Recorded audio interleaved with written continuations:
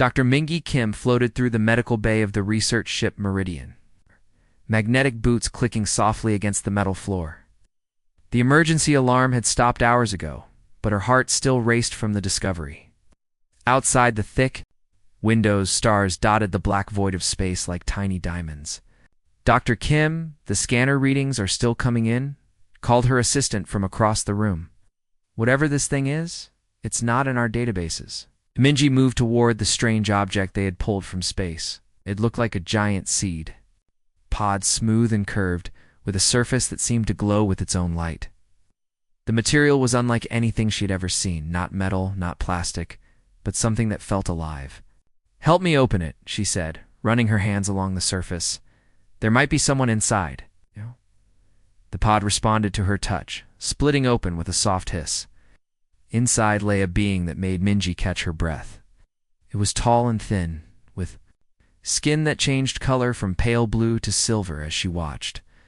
Its face was almost human, but longer and more delicate, with large eyes that were now closed. "Is it alive?" her assistant whispered. Minji pressed her scanner to the creature's chest. The readings were weak but steady. "Barely. Get me the medical kit. Now." For the next hour, Mingi worked to understand what she was looking at. The being's body was strange but beautiful. Its bones were hollow like a bird's, but stronger. Its blood was silver instead of red, and it moved through veins that glowed softly under the skin. Dr. Kim, her assistant, said nervously, "Maybe we should call the military? This could be dangerous." "Look at it," Minji replied, checking the creature's breathing. "Does this look dangerous to you? It's hurt and dying. That's all that matters." The being's eyes opened suddenly, large and bright like liquid starlight. It tried to speak, but only made soft sounds. Minji activated the universal translator, and slowly words began to form. Double quotes. "Pain. ... help stranger." "Because you need help," Minji said simply. "I'm a doctor. It's what I do." The creature, who told her his name was Veltar, spoke in broken phrases about his people, the Cathara. He described ships that grew like trees, cities that floated in the sky, in a peaceful world where his people studied the stars and made beautiful music. "Hegemony came," he whispered, his voice full of sadness. "Ships like metal sharks. They said we were weak. They burned our world. I escaped, but many did not." Minji felt anger rise in her chest. "Who are the hegemony?" "Many species, all warriors. They take worlds, make slaves. They say peace is weakness." For days, Mingi worked to heal Veltar. His body was so different from human bodies that normal medicine didn't work. She tried everything she could think of. When his silver blood couldn't carry enough oxygen, she discovered that human blood could mix with his. She gave her own blood to save him. "Why do this?" Veltar asked one day as she changed his bandages. "Your people, ... the hegemony calls them barbarians, young species that only know war. But you save enemy with your own blood." "You're not my enemy," Minji said. "You're just someone who needed help." Veltar stared at her with his bright eyes. "My people wrong about humans? You have great kindness." As the days passed, Veltar grew stronger. He told Minji about his world, about the great trees that reached into the sky and the songs his people sang to make things grow. He showed her pictures stored in his mind, images of beauty that made her cry. "Your world sounds wonderful," she said. "Will you go back?" "If world still exists," Veltar replied sadly, "but first, I must do something important." On the 7th day, Veltar was strong enough to leave. Minji had fixed his small ship as best she could. It would get him to the nearest space station where he could find help. Before leaving, Veltar placed his long, thin hand on Minji's forehead. She felt strange warmth flow between them, and suddenly she could hear music, the most beautiful sound she had ever experienced. "What was that?" she asked. "Memory bond," Veltar explained. "Now you understand my people's music, and my people will remember your kindness. It's his sacred promise. The Cathara never forget debt of kindness." "You don't owe me anything," Minji said. "I just did what anyone would do." Veltar smiled. and when he did, his skin glowed brighter. Not anyone, only humans with great hearts. Someday, when you need help, the Cathara will remember. This I promise. His ship disappeared into the stars, leaving Mingji alone with her memories, and the strange, beautiful music still echoing in her mind. She had no idea that this simple act of kindness would one day save millions of lives. She returned to her work, not knowing that somewhere in the galaxy, a grateful alien was already spreading word of human compassion to his people. The debt was recorded, and the Cathara would remember. Captain Jinho Park stood on the bridge of the battleship Retribution, watching the stars blur past through the main window. 15 years had passed since he first heard the story of Dr. Kim and her alien patient. Now that story was about to become very real. Captain called Lieutenant Soyan Nam from the communications station. We're getting a strange signal. It's not from any human world. Jinho walked over to look at the readings. The signal was weak and broken, coming from a star system at the edge of human space. Can you clean it up? Working on it, sir. Soyan's fingers moved quickly over her. Controls. It's not human language, but the translator is picking up some words. Something about darkness and help. The main screen flickered to life, showing a fuzzy image of tall, pale beings with glowing skin. The picture kept breaking up, but Jinho could see fear in their large, bright eyes. This is ... calling any ship ... Great darkness comes. Please, help us ... The signal died completely. The bridge fell silent except for the hum of the ship's engines. Where did that come from? Jinho asked. The Ethros system, Soyan replied. About 6 days' travel from here? Jinho knew that name. It was where Dr. Kim's patient had come from. X. Set course for Ethros. Maximum speed. Sir, his second officer said nervously, shouldn't we contact Earth Command first? We don't know what's happening there. 6 days' travel, Jinho said. Someone is calling for help. They might not have 6 days. The Retribution and her escort ships jumped into faster-than-light travel, racing toward the unknown. Jinho spent the journey reading everything he could about the Cathara.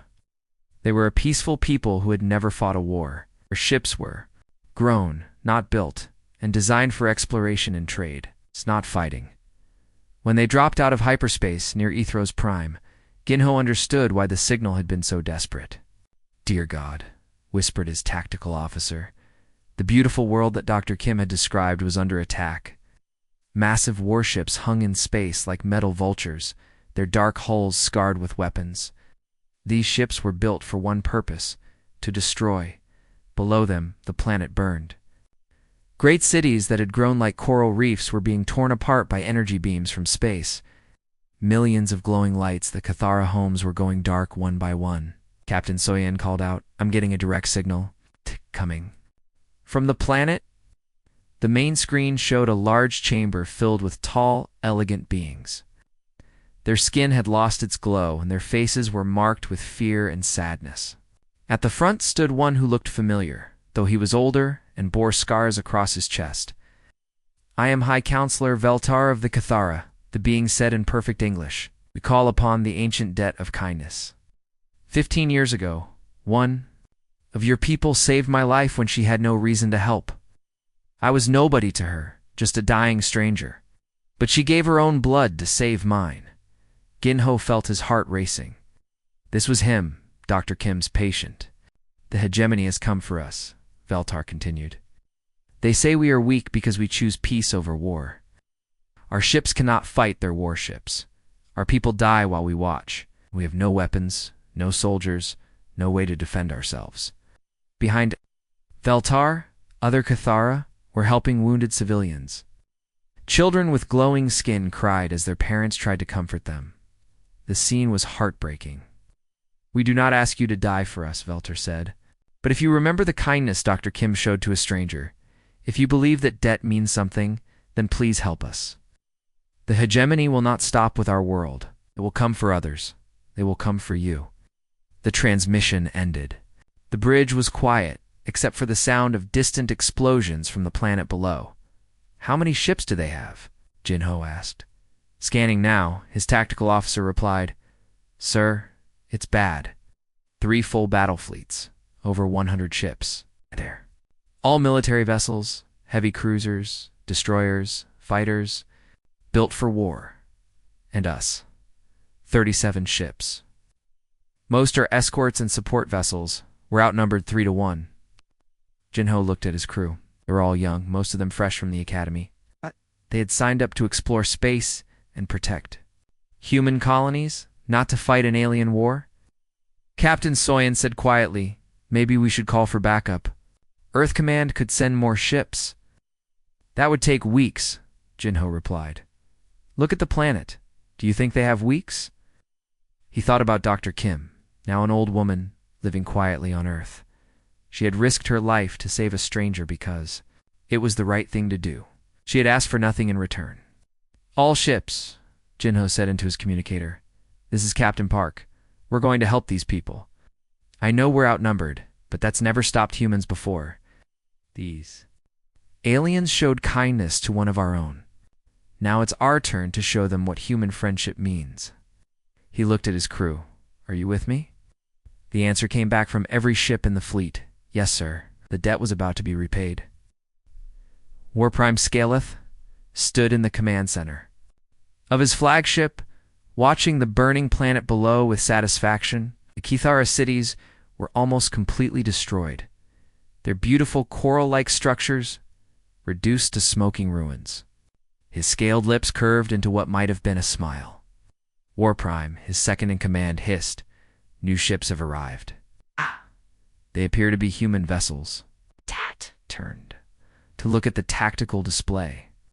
37 small ships hung in space, at the edge of the system, looking tiny compared to his massive fleet.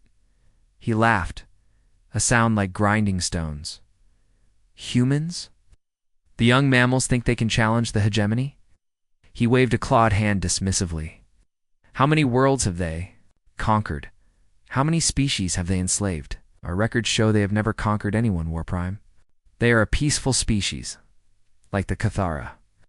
"Then they will die like the Kithara," Scaleth growled. "But first, let them watch their precious friends burn. It will be educational." On the bridge of the Retribution, Captain Jinho Park watched the enemy fleet through his tactical display. The hegemony ships were enormous, dark metal beasts covered in weapons. Each one was twice the size of his largest vessel. "Captain," Lieutenant Soyen Nam called from her station, "they're ignoring us. They're still attacking the planet." Jinho could see the energy beams lancing down from the enemy ships, turning more Kithara cities into fire and smoke. Each beam meant thousands of deaths, his hands clenched into fists. "Open a channel to their flagship," he ordered. The main screen flickered to life, showing the interior of the enemy command ship. The creature that appeared was massive, covered in dark scales, with yellow eyes that glowed with cruelty. This was clearly their leader. "I am Captain Jinho Park of the United Earth Federation," Jinho said calmly. "You are attacking a peaceful world. Leave this system immediately." War Prime Scaleth's laughter echoed through the bridge. "Or what? Little human, you have 37 tiny ships. I have 120 warships. Will you file a complaint with someone?" "I'm giving you one chance to leave peacefully," Jinho replied. "Take it." "Your species amuses me," Scaleth hissed. "You think you are warriors? You have never fought a real war. You know nothing of conquest, nothing of strength. Watch as we finish destroying your weak friends, then we will add your pathetic worlds to our empire." The transmission cut off. Immediately, the hegemony ships began firing more heavily at the planet. Jinho watched in horror as several refugee ships trying to escape were destroyed. The vessels were full of families, children, innocent civilians who had never hurt anyone. "Sir," his tactical officer said urgently, "they just destroyed 3 transport ships. Thousands of civilians." Something cold settled in Jinho's chest. He had tried diplomacy. He had given them a chance to leave. They had chosen to murder innocents instead.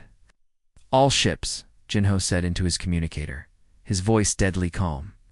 "This is Captain Park. The enemy has refused our offer of peace, have chosen to target civilians. As of now, we are at war."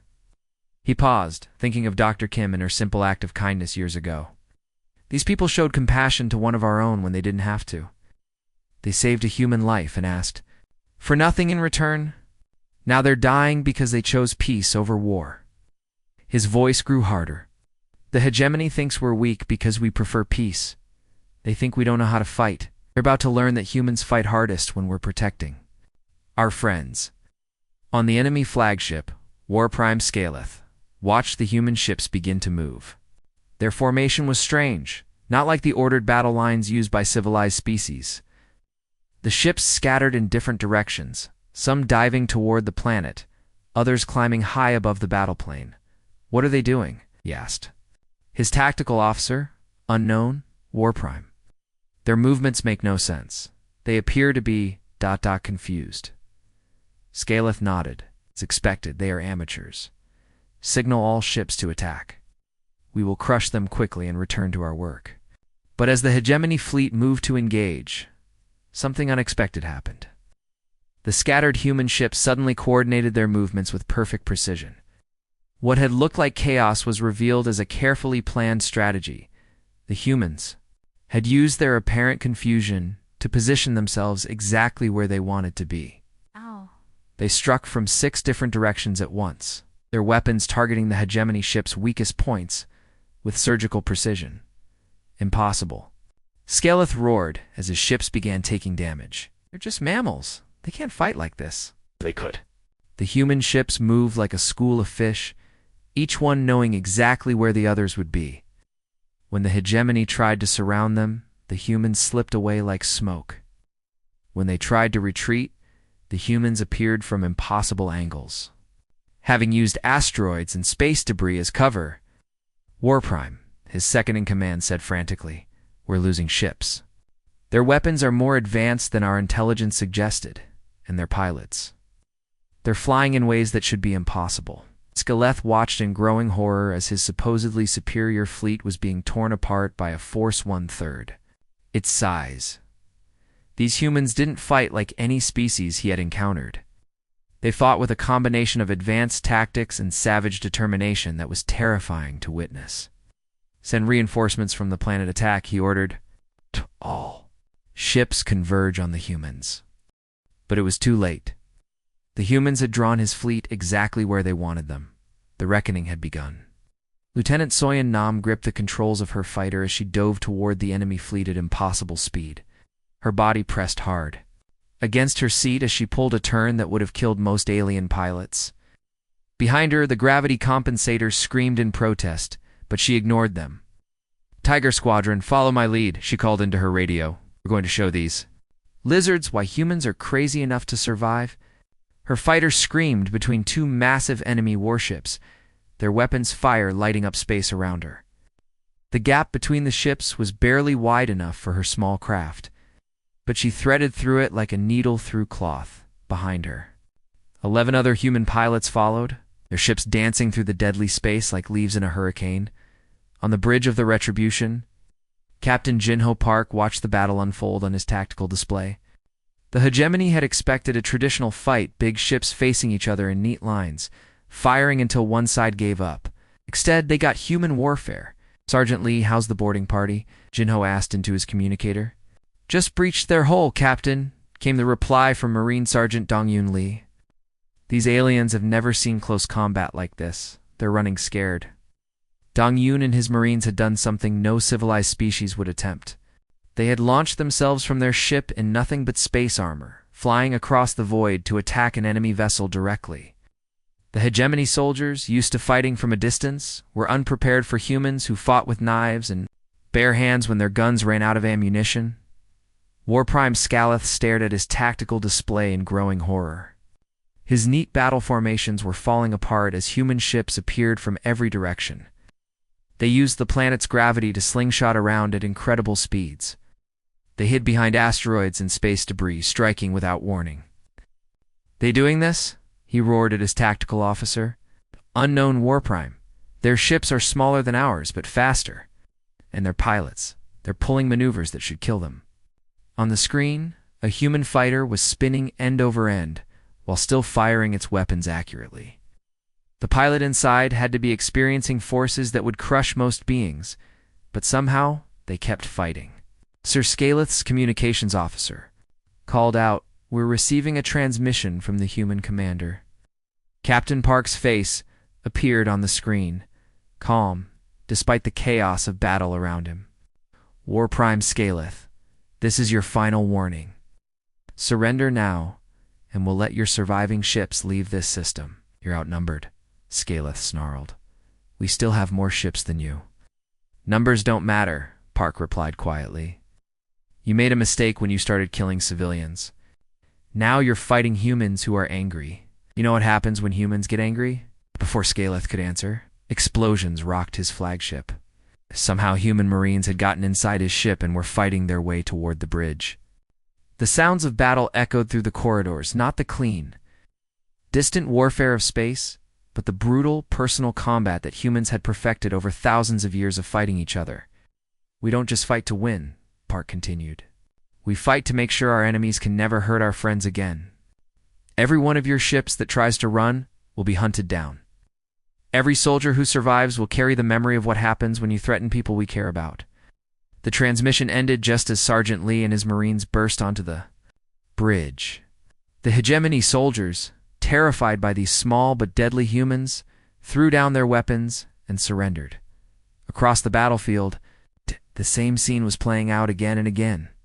Human ships that should have been destroyed kept fighting with damaged engines and failing weapons. Human pilots who should have been dead kept flying with broken bones and bleeding wounds. Commander Nari Jung, leading the human destroyer Defiance, rammed her ship directly into the side of a hegemony cruiser when her weapons failed. The impact should have killed everyone on both ships, but somehow Jung and her crew survived, then boarded the enemy vessel and captured it. "This is impossible," Scaleth whispered as he watched his fleet being systematically destroyed. "They're just one species, they're not even a warrior race." But he was wrong. Humans were the ultimate warrior race, precisely because they didn't want to be warriors. Fought not for glory or conquest, but for love. Love of their friends, their families, their ideals. And there was nothing more dangerous in the universe than a human fighting for love. Lieutenant Nam's fighter group had destroyed 6 enemy ships and was now attacking a 7th. Her own ship was barely holding together, but she kept fighting. When her weapons ran out, she used her ship itself as a weapon, ramming into the enemy's weapon systems and disabling them. "All enemy ships in Sector 7 have surrendered," came the report over the radio. "Sector 12 is clear," reported another squadron. "Enemy flagship has been captured," Sergeant Lee announced. "War Prime Scaleth is our prisoner." By one. The reports came in. The hegemony fleet, which had seemed so powerful just hours before, was broken and defeated. Some ships tried to escape, but human vessels appeared from every direction to block their path. In the end, not a single enemy ship escaped. The humans had kept their promise. They had made sure that hegemony could never threaten the Cathara again. The battle was over. The debt was being repaid with interest. Ow. The silence after battle was strange and heavy. Captain Jinho Park stood on the bridge of the Retribution, looking out at the floating wreckage that had once been the mighty hegemony fleet. Broken ships drifted in the darkness, their fires slowly dying in the cold vacuum of space. "Damage report," he said quietly. "We lost 4 ships completely," his tactical officer replied.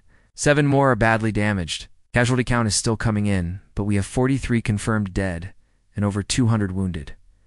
Ginho closed his eyes for a moment. Human lives lost to save a world they had never seen before today. 43 families who would never see their loved ones again.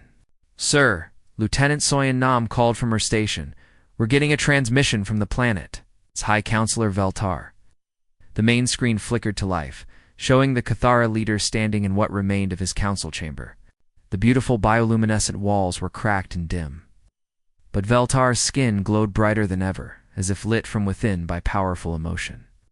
"Captain Park," Veltar said, his voice thick with feelings he could barely express. "Your people. They fought like legends. They died for us. How can we ever repay such a debt?"